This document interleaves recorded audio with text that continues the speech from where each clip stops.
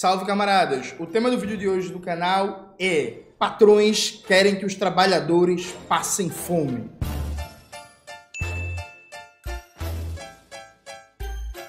Antes de começar propriamente o tema do vídeo do canal, quero muito agradecer a você que ajuda a manter e melhorar nosso canal a partir do Apoia-se, do Pix ou daqui dos mecanismos do YouTube. Seu apoio é fundamental para a gente continuar o nosso trabalho.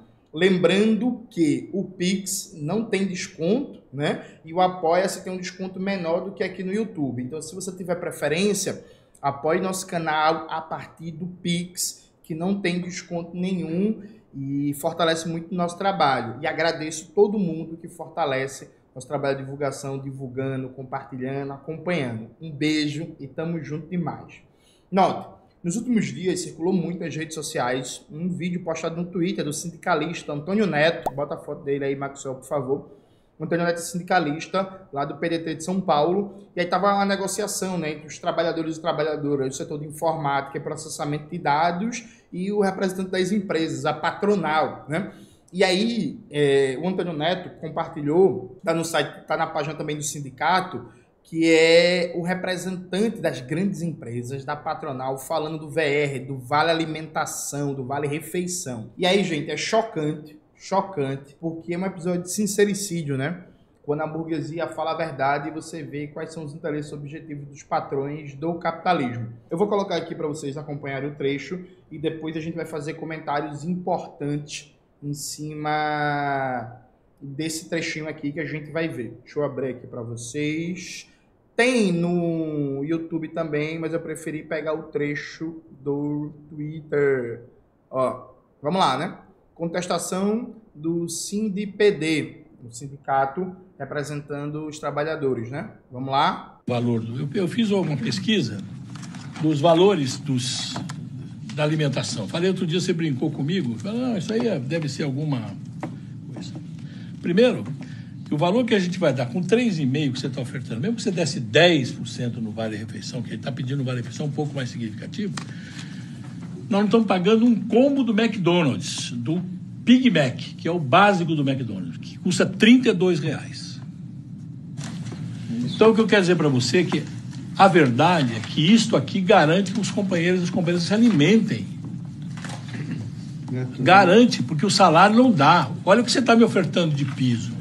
O Vale Refeição, você sabe que nunca foi criado para alimentar o trabalhador. Foi simplesmente para não pagar imposto.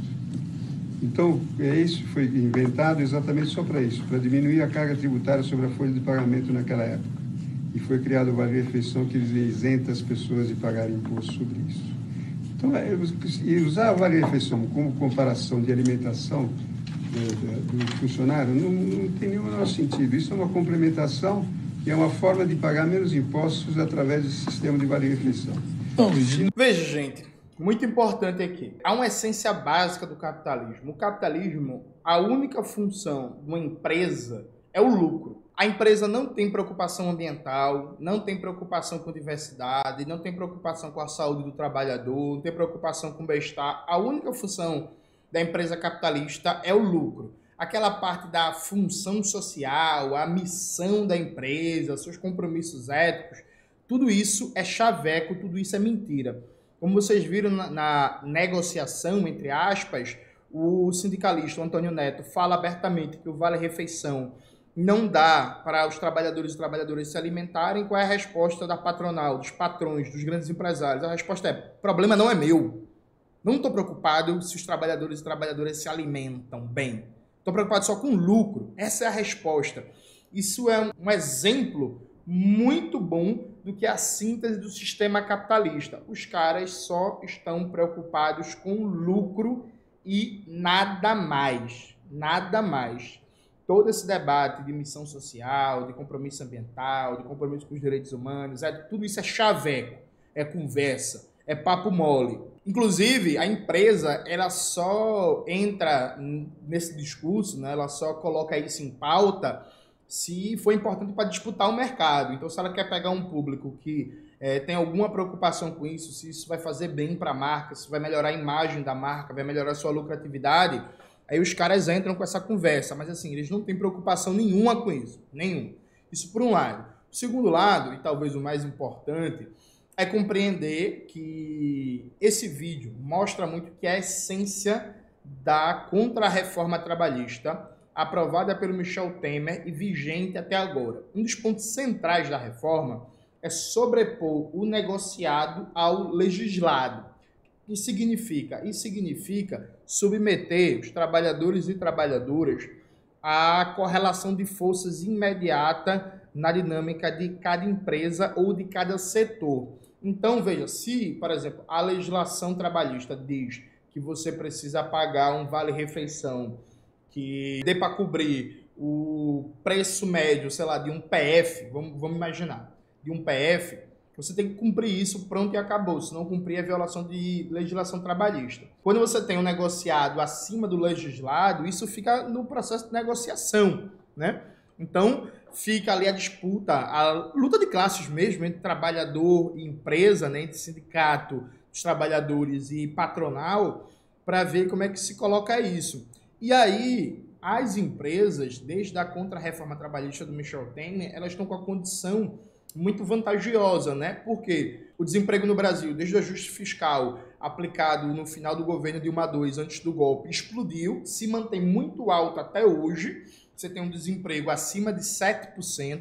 Quando você coloca desalentados, trabalhadores da informalidade, trabalhadores por conta própria e tal, você tem mais de 60 milhões trabalhadores e trabalhadoras que não têm carteira assinada, né? Hoje, só 30 a cada 100 trabalhadores e trabalhadoras brasileiras têm emprego com carteira assinada. Então, você tem um grau de desemprego muito alto. Esse grau de desemprego muito alto faz com que a correlação de forças fique mais desfavorável para a classe trabalhadora, porque quando você tem desemprego muito alto, isso é um mecanismo de pressão que as empresas têm na hora de enfrentar os sindicatos, a luta da classe trabalhadora por melhores condições de emprego, de salário, por redução da jornada de trabalho. Por quê? A lógica é que com desemprego muito alto, a empresa ela bate o pé, diz que não aceita nenhuma negociação, ameaça de demissão, e aí como você tem um desemprego muito alto, tendencialmente, no geral, a substituição da força de trabalho é mais fácil, né? A capacidade de, não, eu não vou fazer isso não, e é isso, quem quiser sair, que saia,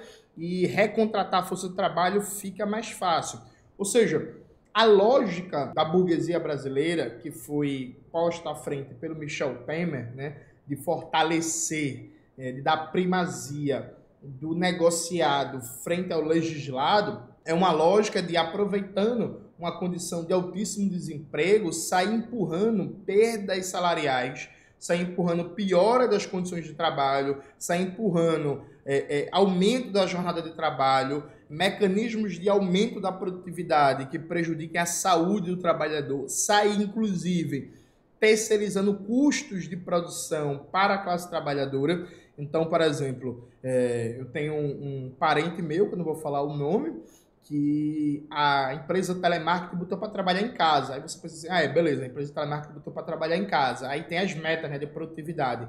Mas a energia elétrica do computador que fica ligado às 8 horas de trabalho e o ventiladorzinho, que tem que ter um ventiladorzinho, né, gente? Uma climatização, um alívio do calor, e a água que esse trabalhador, essa trabalhadora vai tomar e tudo isso. Não, tudo isso fica por conta do trabalhador, da trabalhadora. Então, assim, a empresa bota você para trabalhar em casa, mas aí a energia elétrica que vai ser consumida, por exemplo, nesse processo de trabalho, é do seu bolso. A internet que vai ser usada nesse processo de trabalho é do seu bolso. Pronto, e acabou. Então, as empresas aproveitaram essa condição para aumentar cada vez mais sua margem de lucro e as condições de exploração sobre a classe trabalhadora. Aliado a isso, o Estado burguês mostra bem a sua missão, né? O STF considerou a contra-reforma trabalhista legal. Mas peraí.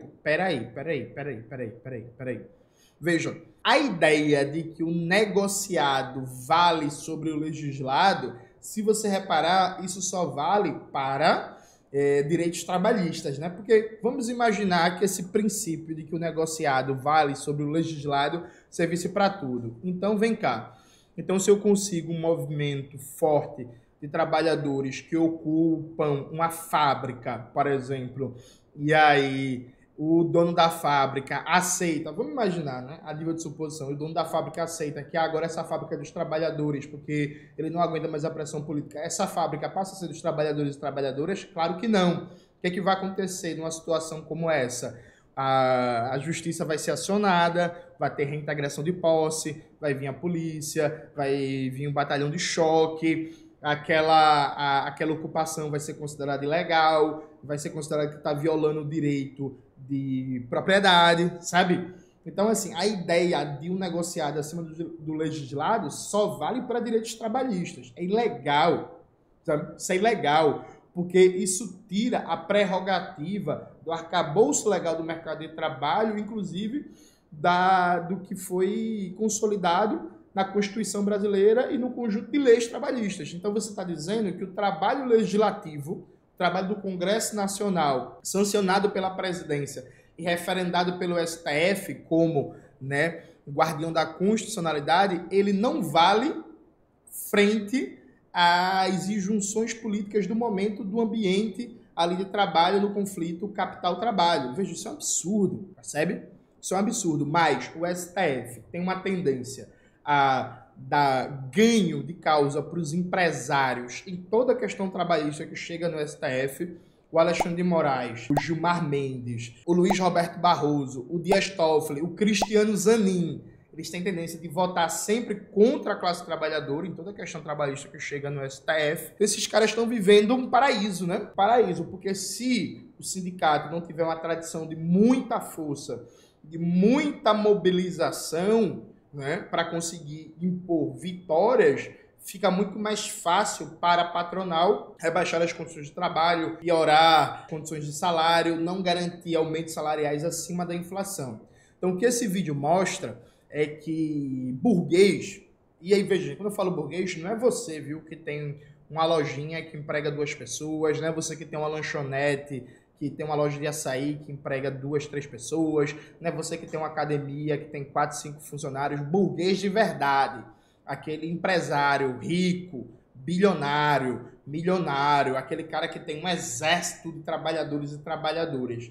Esses caras se aproveitaram da contra-reforma trabalhista para piorar cada vez mais as condições de trabalho.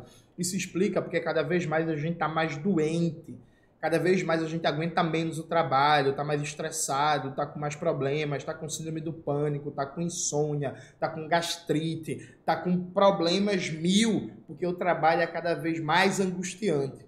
É uma agenda urgente e fundamental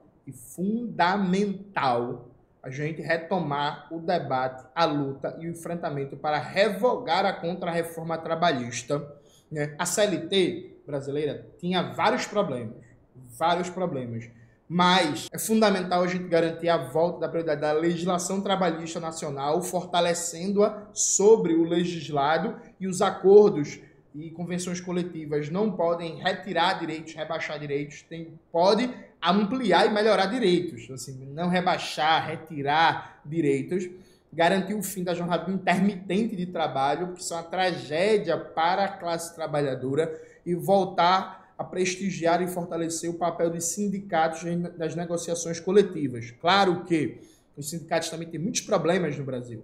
O que mais tem é sindicato que não representa de verdade os interesses da classe trabalhadora, sindicatos burocratizados, sindicatos, inclusive, que em muitos aspectos servem à patronal. Mas a gente só vai conseguir enfrentar isso dentro de um processo de luta e mobilização da própria classe trabalhadora que tenha seus direitos garantidos. Então, assim, temos um ano aí do governo Lula, o ministro do Trabalho, Luiz Marinho, prometeu um estudo, um grupo de trabalho para recompor direitos trabalhistas e rever a contra-reforma trabalhista do governo golpista do Michel Temer. Eu acho que a gente não pode deixar essa agenda morrer, a gente tem que fortalecer essa luta, agitar essa bandeira. Esse ano de eleição municipal, é um ano muito bom, porque vários deputados federais, vários senadores vão ser candidatos a prefeitos em cidades e também tem os seus candidatos, né? Os seus candidatos a prefeito.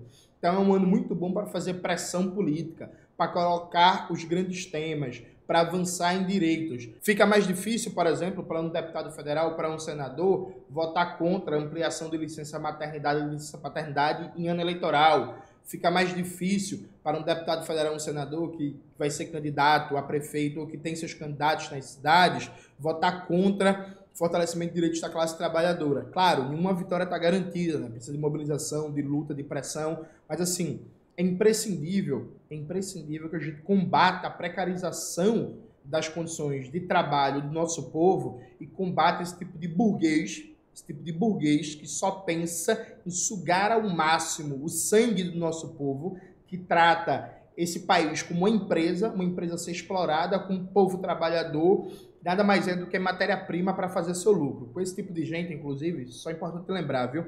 Nunca vai ter nenhum tipo de projeto nacional de desenvolvimento, nunca vai ter nenhum avanço do Brasil, a gente nunca vai sair desse buraco, dessa miséria que a gente vive. Preciso enfrentar essa gente, é preciso colocar uma agenda de interesses da classe trabalhadora no centro do debate político brasileiro. É isso, galera. Espero que vocês tenham gostado do vídeo de hoje do canal. Não se esqueça de se inscrever no canal, ativar o sininho, curtir esse vídeo, compartilhar tudo isso que vocês já sabem. Um beijo e até a próxima.